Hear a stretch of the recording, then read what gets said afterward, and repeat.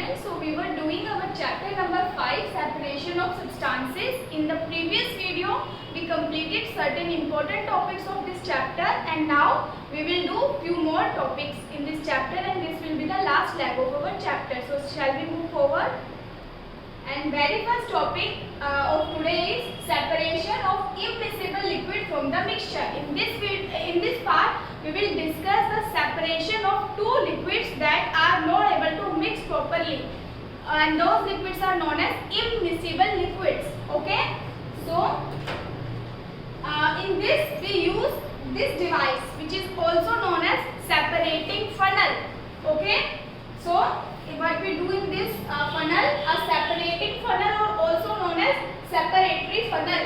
Okay, actually it is a piece of laboratory glassware like a test tube, etc. It's a piece of glassware used in liquid extraction, liquid to liquid extraction, when we want to extract a liquid from another liquid. Okay, to immiscible liquid, to liquids that do not mix properly.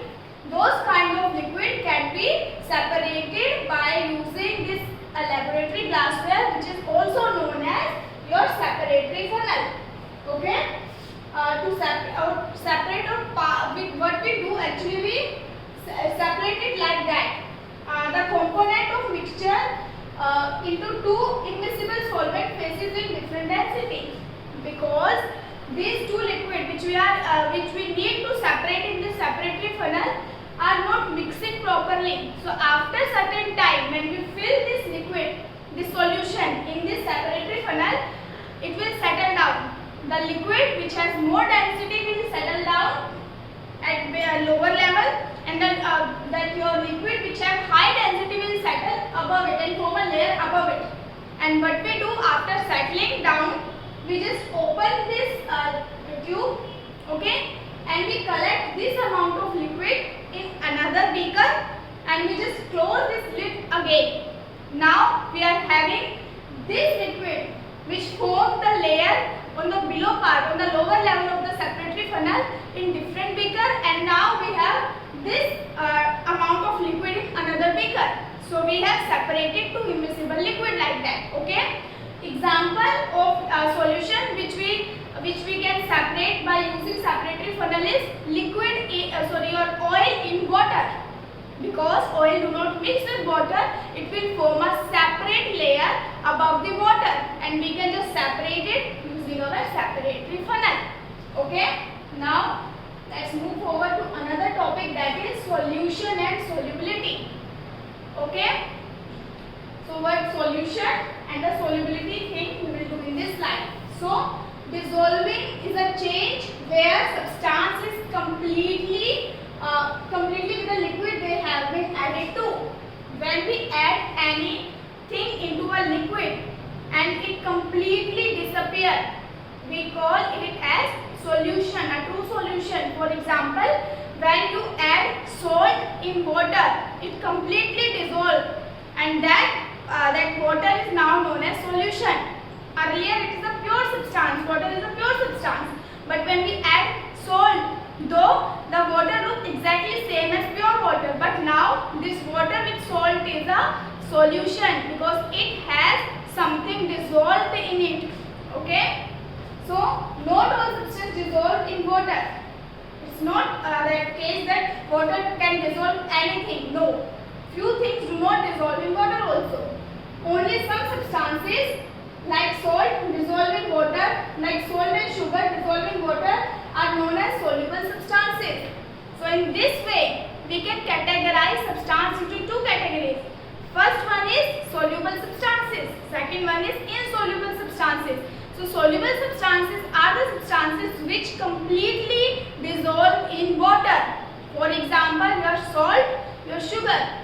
Okay, and insoluble substances which do not disappear when we dissolve them in water. For example, sand. Sand do not completely dissolve in water, right? For example, chalk powder and sand do not dissolve in water and known as insoluble substances.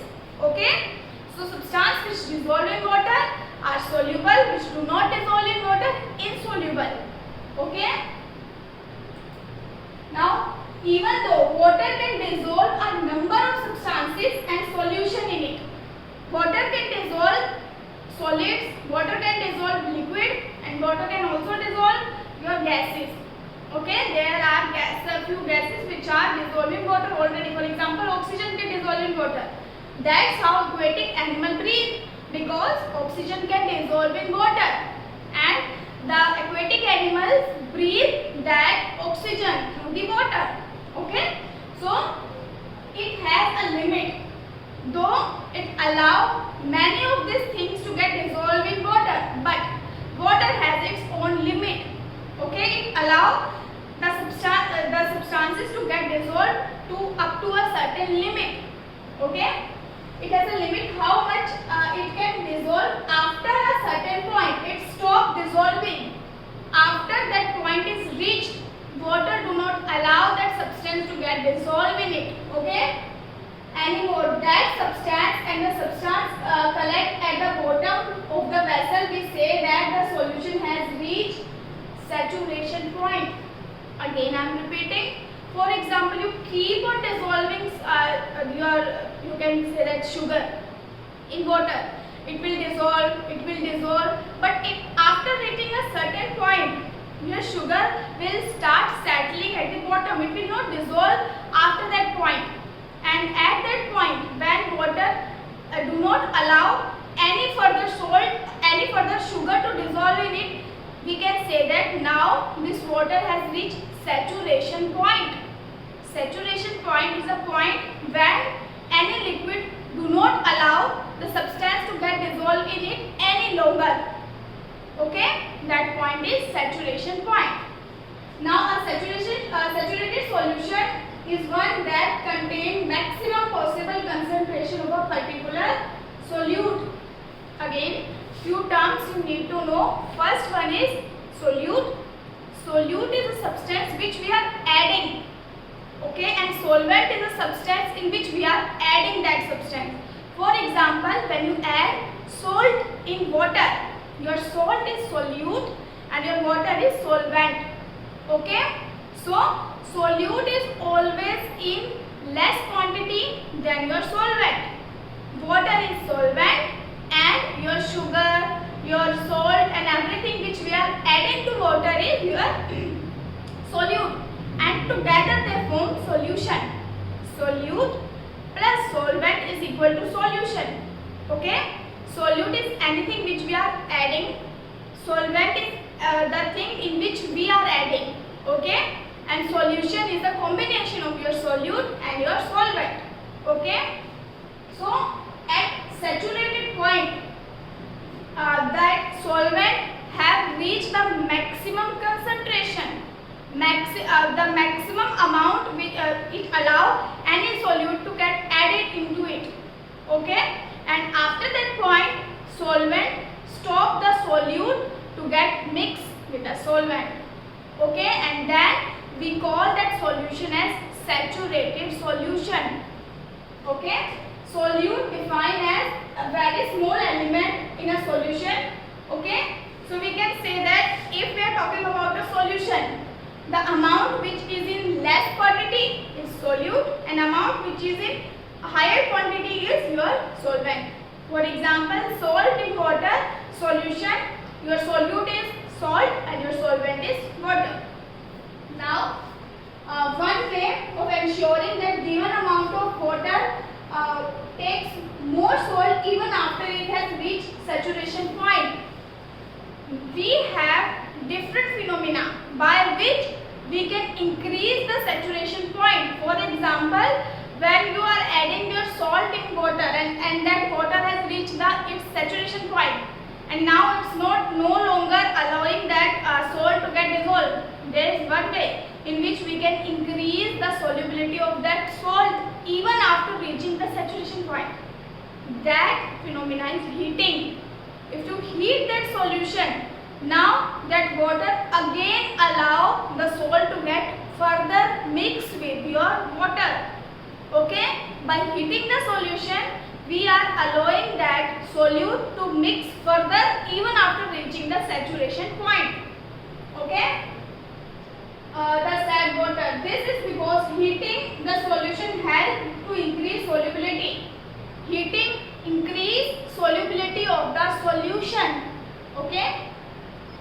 any solute, and hence more amount of same solute can now be added with same amount of water. So again, let us revise this slide. First thing is solute, second is solvent, then your solution. The substance which is in less quantity added to solution is solute. The substance which is in high amount in solution is solvent, and combination of your solute and solvent is solution. Okay, and solution has a certain saturation point after which it do not allow any solute to get mixed with the solvent. Okay, but there is a way by which we can increase that saturation point, or we can say that another term, solubility of the solvent. How can we do that? We can do that by increasing the temperature, by heating the solution, because heating increases the solubility of your solution. Okay. Now the substance that dissolve called solute, which we have discussed, and substance in which solute dissolve is solvent. Okay, the resulting mixture is called solution. So solute plus solvent is solution, which we have discussed in previous slide. For example, sugar plus water. Sugar is your solute, water is your solvent, and the sugar solution is your solution. Now some important definition of this chapter. We are left with few important definition of this chapter. Very first is churning. Okay, so what is churning? The process of shaking milk or cream in order to allow lighter particle to come to the surface in order to make butter is called churning. Complicated definition, but very simple meaning. Churning is process like this. Have you seen such kind of process in your butter making? In common language we call it makhan. Okay, during the process of making makhan, what we do, we churn the milk. Okay, with the help of that wooden thing. What we do, we just shake it in the water, in the milk, and after reaching certain point, that your butter particles start moving toward the surface, right? And we just collect that butter into another your vessel or anything, and this process is churning. Okay, so again, churning is a process of shaking milk or cream. We just shake milk or cream, okay, at high velocity in order to allow lighter particle, because that your butter is lighter than other particle of the milk. So after churning, after this shaking, your lighter particle will form a layer on the surface of your vessel in which you are churning that milk, right? This process is churning. Okay. Next is pure substance. Pure substance are the substance that compose of single type of particle. Okay. For example, water, the solvent part only. When we do not add any solute, then that solvent is known as pure substance. Anything which has single element is known as pure substance. Okay. Impure substance or substance composed of more than one particle. Okay, in chemistry, this is a chemistry chapter. Pure and impure do not mean what you think.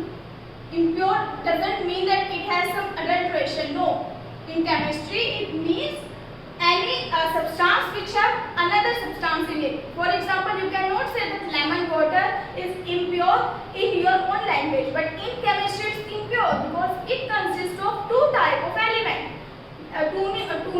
Not just two, more than two. For example, sugar. For example, salt. For example, lemon and water. It consists of more than two type of substance. So in chemistry language, it is impure, or we can say that it is a solution. Okay, but pure substance is made up of only single type of element. For example, pure water. Okay. Next is sublimation. Sublimation is a process in which solid get directly converted into gas. Very complicated thing, but I am sure you have seen such process in your life, or maybe you are seeing this process on your daily basis. example, have you seen that kapoor which you use during your prayers? When we lit that kapoor, it goes directly, it converted into vapors, right? That is nothing but sublimation. Conversion of solid thing directly into vapors is known as sublimation. Okay?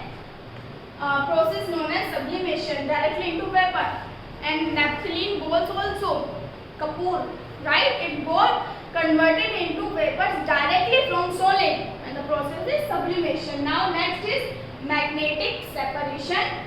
This is another method of separation, okay, which allow metal and other articles which are attracted to metal to be separated from the mixture. Suppose we have mixture of magnetic and non-magnetic things. We just add a magnet and we can remove, we can sort out the magnetic things and non-magnetic things. This kind of separation is magnetic separation. For example, mixture of salt and iron.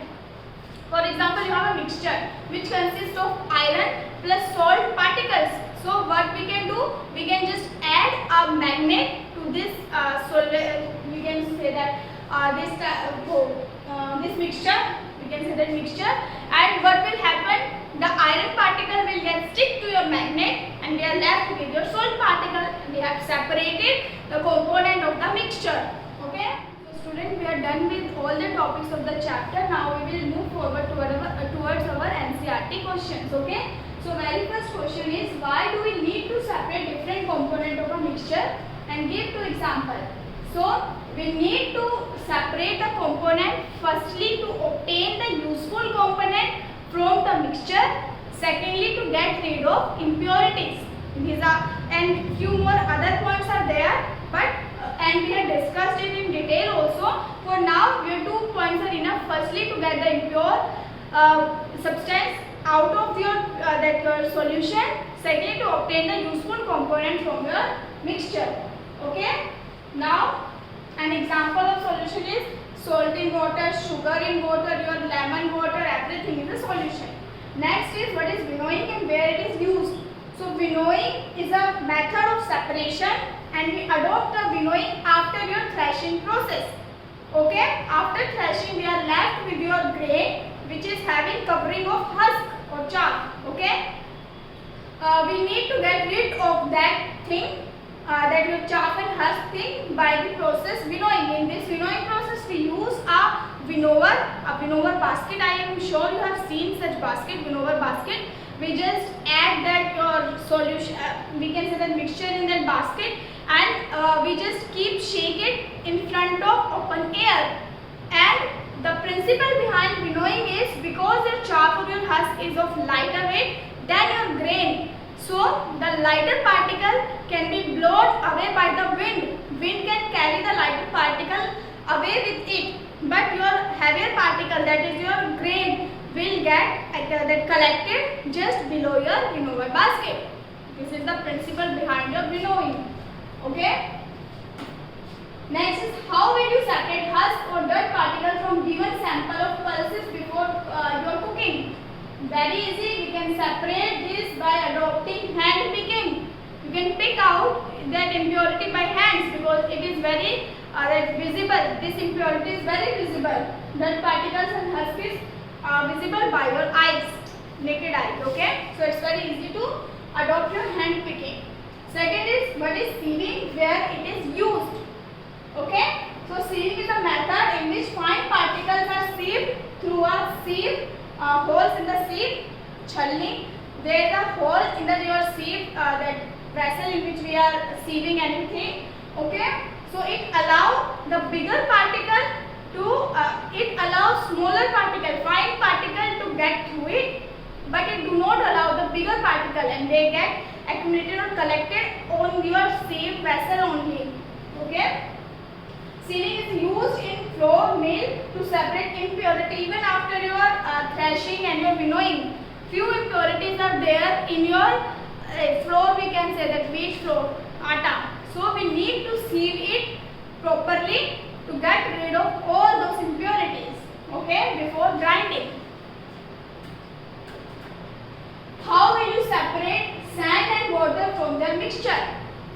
So we can separate mixture by following steps. Firstly, mixture allowed to stand without any disturbance. We allow the mixture to stand and we do not disturb that mixture for certain time. Then slowly sand settle down. We know that sand will settle down after some time, and we pour the water which is formed in a layer above your sand. Sand will settle down, precipitate it, and we will just change the beaker for the water. We just add that water which is collected above the sand in different beaker.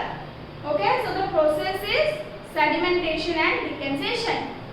Your sand particle will sediment it down, and your pure water we will collect in another beaker. Deconsation. Okay. Next is it possible to separate sugar mixture with wheat flour? Yes. And how will you do that? Yes, it's possible to separate sugar from the wheat flour by the following step. Firstly, mix sugar and wheat flour in water. First of all, you have to mix this thing in water. Then stir. Stir is this process. Stir the solution. It will allow sugar to get dissolved. Sugar will, after certain time, sugar will dissolve in water. Now filter the mixture.